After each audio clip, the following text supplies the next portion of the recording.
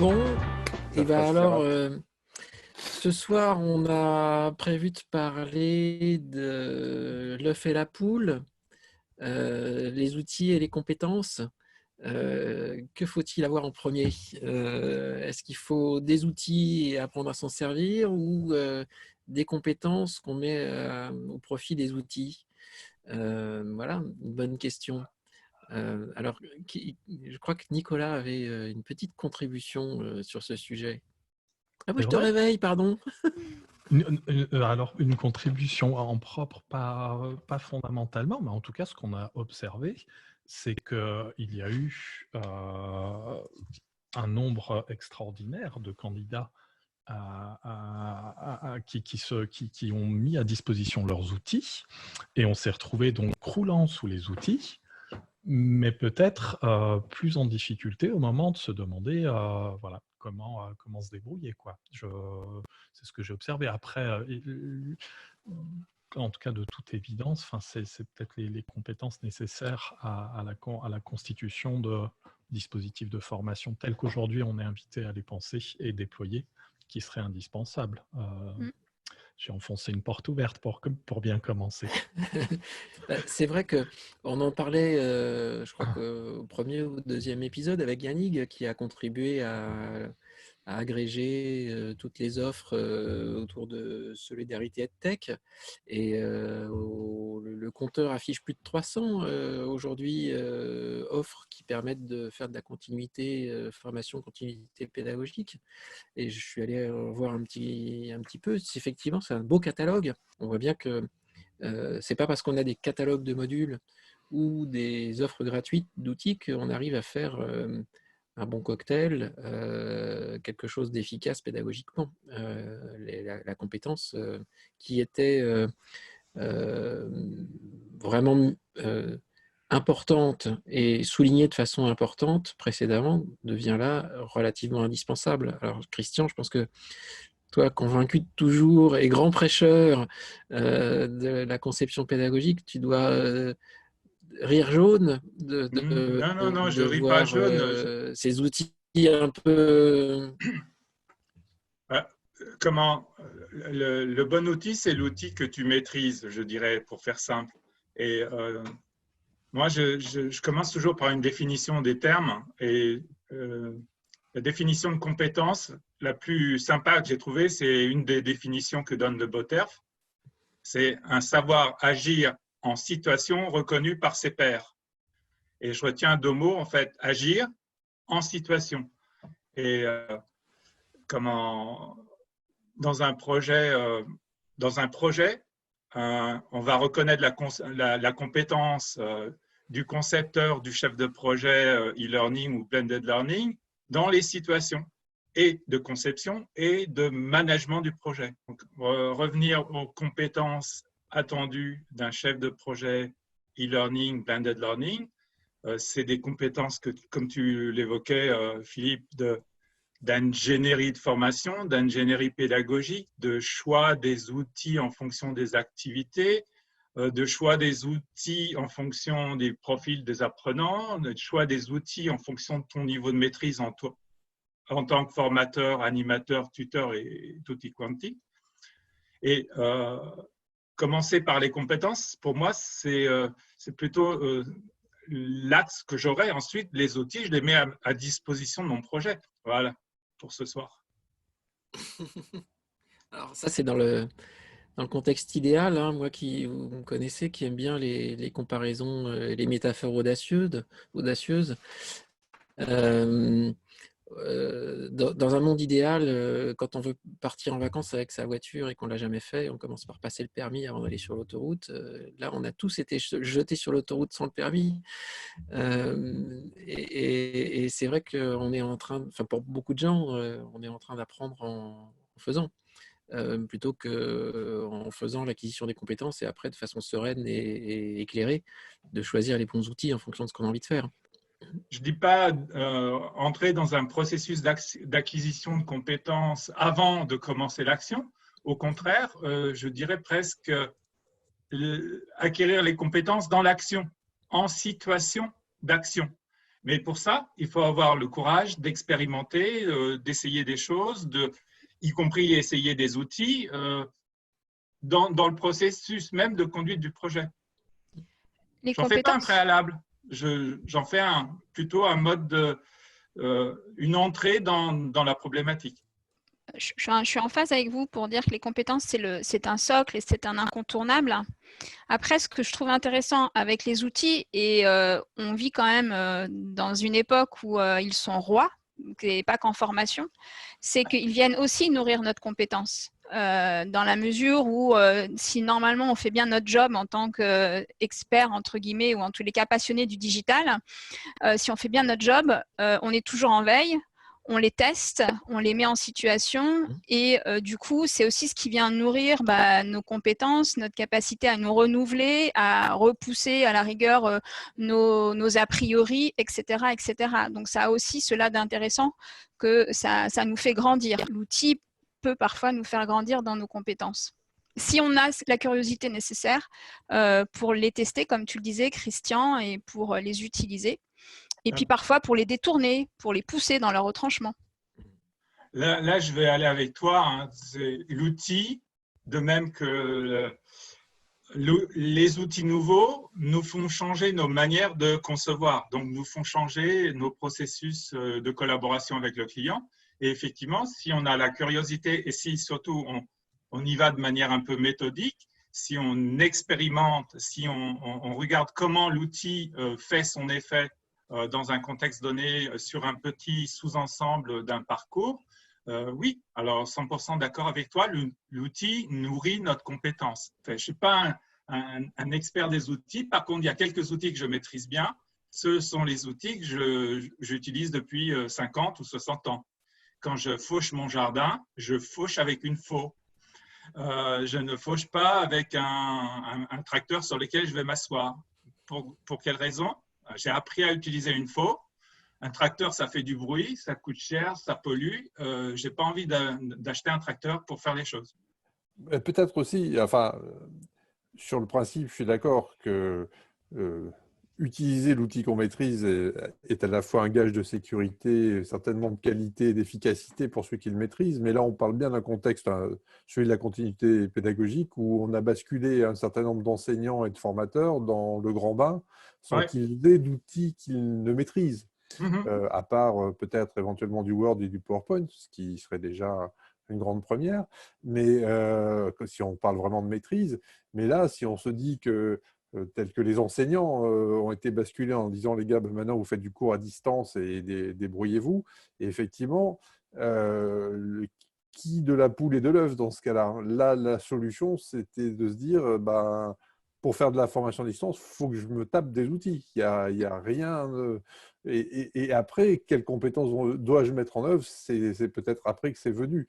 Et que l'apprentissage s'est fait effectivement, comme disait Virginie, plus par la pratique, par l'appropriation de l'outil. Et c'est là où certains ont développé des compétences ou se sont heurtés à la problématique de la compétence. Et elle est double. Elle est la capacité à s'approprier un outil, pur et dur, c'est-à-dire comprendre son mode de fonctionnement, ses fonctionnalités, son potentiel, sa capacité vue du point de vue de l'apprenant en bout de ligne, et puis en même temps, savoir transposer, transférer, bâtir un scénario qui soit en relation avec l'objectif qui est de former des gens à distance. Donc, on est effectivement dans une situation où la réalité, j'allais dire, nous rattrape et a obligé un certain nombre d'entre nous à se jeter dans le grand bain sans en avoir les compétences, sans avoir les bouées. Et compliqué, bien sûr. Donc, certains ont réussi à flotter, d'autres à surnager, d'autres à rejoindre la rive avec succès. Peut-être qu'on en a perdu en route, c'est cela qu'il va falloir rattraper. Mais c'est sûr que la compétence, elle s'est plus drivée dans l'action, dans la réalisation, que dans une réflexion a priori, telle qu'on aurait aimé la voir dans un cadre normal. Ensuite, si on se met un peu à la place, par exemple, des enseignants ou des formateurs qui ont dû très vite, là, au cours des dernières semaines, s'équiper, il ils ont dû se retrouver sacrément démunis parce que c'est extrêmement difficile d'identifier la moindre nature de la moindre offre existante. Et même ceux, Philippe, tu mentionnais tout à l'heure Yannick, qui a largement contribué, puis je ne voudrais pas m'exprimer à sa place, qu'il n'est pas là pour corriger si je dis une sottise, mais c'est bien lui qui a déjà plusieurs fois sur les réseaux, et puis il l'a dit avec nous la dernière fois, évoquait un dégoût possible, alors auprès des populations apprenantes potentiellement de ces initiatives digitales, une lassitude, et même chose probablement côté formateur, parce qu'il aura d'abord fallu s'escrimer pour essayer de trouver un outil qui fait quoi d'abord pour commencer. Moi je suis formateur, j'ai pas besoin directement, il ne faut pas que j'aille me battre avec des listings de fonctionnalités, d'outils qui en plus vont pour nombre d'entre eux se ressembler les uns les autres. Moi j'ai besoin d'exercer quelques-unes de mes compétences, et pour ça j'ai pas besoin de quelque chose qui soit immensément étoffé, et de surcroît de me retrouver en plus face à un catalogue d'offreurs que tu peux aller éclater en 12 sous-familles différentes, et encore, je suis très restrictif. Quand j'évoque 12 sous-familles, on est une famille de 45 tendances différentes. On est assez difficile à comprendre et à lire. Ça rejoint une dernière question que posait Pierrick Briand ce week-end sur LinkedIn.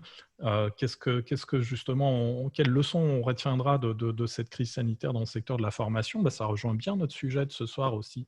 C'est-à-dire, en fait, quand on va se poser, quand on va voir un peu toutes ces tendances qui se développent ou qui se sont développées, justement, qu'est-ce qui se développe le plus?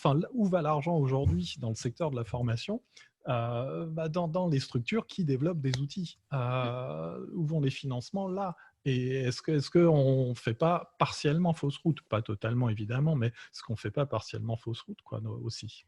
Et puis, force est de constater aujourd'hui que on est obligé d'y aller vite et sans préparation et sans avoir vraiment le temps de beaucoup réfléchir. Il faut juste faire des choses. Peut-être que ça peut nous apprendre aussi que ce qu'on voulait, la démarche idéale, parfaite, un peu académique, un peu hautaine, en disant nous on sait et puis on va vous aider à réfléchir, etc. Peut-être que finalement, comme Virginie le disait ou toi Nicolas, quand on a des outils sous la main et qu'on s'amuse avec, en même temps, on apprend à s'en servir. Oui, et puis encore une fois, on n'est pas seul face à ces outils. Il y a ceux qui peuvent nous aider parce qu'ils les maîtrisent, mais il y a aussi les apprenants.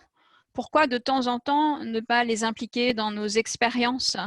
Ça peut être intéressant, ça peut aussi les intéresser parce qu'ils vont se sentir valorisés ou en tous les cas utiles. On n'est pas, comme tu disais, Philippe, on n'est pas obligé d'être parfait dès la première fois. Et de temps en temps, moi, je trouve qu'en tous les cas, ça apporte beaucoup de congruence au rôle d'animateur ou de facilitateur que parfois d'essayer avec les participants, avec les apprenants des choses. S'il se plante, au pire, il leur a démontré qu'il a cette curiosité-là, il a cette capacité à oser. Et c'est déjà, je trouve, quelque chose d'intéressant. Ouais, c'est ce qu'on observe, Virginie. J'ai un gamin qui doit avoir à peu près le même âge que l'un de tes enfants. Après, c'est très étonnant en tout cas pour moi, de voir à quel point il est ultra dégourdi, mon grand, avec les outils. Il fait des trucs que je ne ferai jamais. Et c'est... En tous les cas, moi, je pense que j'aimerais pas autant notre métier s'il n'y avait pas ces outils-là. Parce que je trouve que c'est l'éclate que d'en tester, de voir comment les apprenants se comportent, ce qu'on peut en faire, les décortiquer, les torturer, les détourner. Pour moi, c'est un vrai kiff. Donc, alors, un petit sondage. C'est quoi vos outils préférés? Votre outil préféré? Tiens, ça va faire ça. Je vais vous obliger à en choisir qu'un. Christian, c'est quoi ton outil préféré?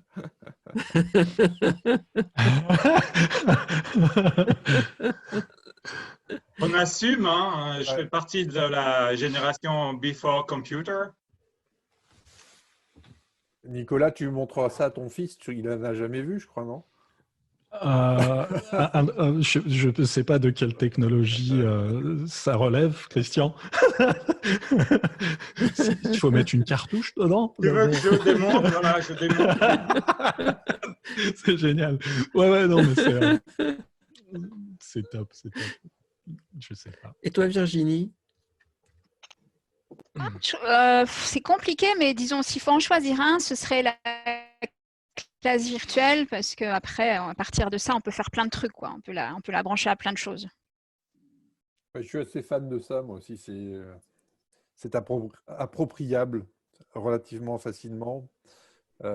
C'est de plus en plus convivial, de plus en plus simple d'utilisation et en même temps avec des fonctionnalités qui permettent de se rapprocher de plus en plus de l'échange qu'on pourrait avoir en salle.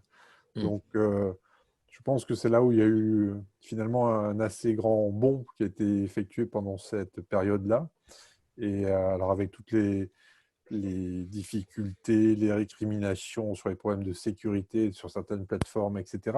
Mais sur l'usage pédagogique qui en est fait, sur les possibilités que ça ouvre, sur la capacité de faire du présentiel vraiment à distance et du collaboratif, je trouve que c'est vraiment des outils qui marquent des points fortement en ce moment. Et toi, Nicolas? Moi, je suis assez d'accord avec vous et même avec Christian. Bravo. Ah, mais il faut que tu choisisses, Nicolas. Classe virtuelle, oui. Tu fais de la politique, toi, maintenant. Les classes virtuelles, La absolument. diplomatie. Ouais. Après, j'avoue avoir été assez bluffé par Teams de chez Microsoft. Alors, pour ce que j'en ai vu, pas pour ce que je peux personnellement faire, parce que c'est immensément, on est captif, quoi. Faut tout faire tourner sous Microsoft pour que ça marche bien. Mais ça rejoint des générations d'outils comme Slack, qui, dès lors que tu intègres aussi la dimension empruntée un peu aux classes virtuelles, te permet d'avoir un arsenal encore un peu décuplé par rapport à un dispositif comme celui qu'on emploie ce soir ou plus conventionnel de classe virtuelle. J'aimerais bien voir un peu comment ces outils Teams, Slack et d'autres encore dont je dois ignorer l'existence et les expérimentations peuvent nous permettre d'exercer un certain nombre d'activités à distance. Et toi, Philippe? Alors, moi, je vais rejoindre Christian mais je vais déformer un petit peu son outil. Moi, j'aime bien Aussi, j'en ai un. Ouais. Et écrire, c'est pas mal. L'écrit, c'est chouette. Voilà. Et donc, c'est Slack. Je l'utilise pour plein de choses et pas que pour professionnellement ou pas que des échanges professionnels formels. Pédagogiquement aussi, avec mes petits élèves, ça marche très bien. Et puis, c'est un outil que tout le monde s'approprie et il en fait ce qu'il veut. On n'est pas obligé d'organiser, structurer, d'être celui qui dit comment on s'en sert, etc. À partir du moment où les gens sont sur Slack, ils se mettent à 2, à 3, ils ouvrent un canal, ils le ferment, ça devient un chantier incroyable, alors on le laisse en vrac et on ouvre un autre. Ou alors c'est vachement structuré. J'aime beaucoup cet outil. Je suis vachement d'accord sur ce que tu viens de dire sur la fin, Philippe. Ça redistribue le casting. Oui, pour prolonger ce que tu disais à l'instant sur Slack, je trouve aussi que c'est un outil très puissant, aussi parce que ça permet de mixer le travail synchrone et asynchrone dans le même environnement. Et en fait, ça permet d'avoir une continuité entre ce que tu fais de manière synchrone, ce que nous faisons actuellement avec l'outil Zoom, et des choses qui perdurent dans le temps, qui sont justement via l'écrit, via l'échange, via le temps asynchrone qui permet de réfléchir à ce que l'on produit, à ce qu'on partage, à ce que l'on fait ensemble. Ouais, t'as vu, Christian, moi j'en ai un, bon, sauf que voilà, il n'y a plus d'encre dans ceux-là. Tu l'as utilisé pour la dernière fois quand? Alors non, mais c'est que... Ouais, c'est un stylet. Mais tu écris avec. Tu écris avec sur ta tablette, c'est ça? Ouais. Ouais. Eh ben, merci les amis. La fois prochaine, on parlera d'un sujet très sérieux. C'est comment est-ce qu'on fait pour faire l'évaluation des activités à distance. Super. Oh là là. Ciao. Avec un stylo, non? Mercredi, donc. Mercredi. Allez, bonne soirée. Bye bye. Salut, bonne soirée à vous tous. Ciao. Ciao.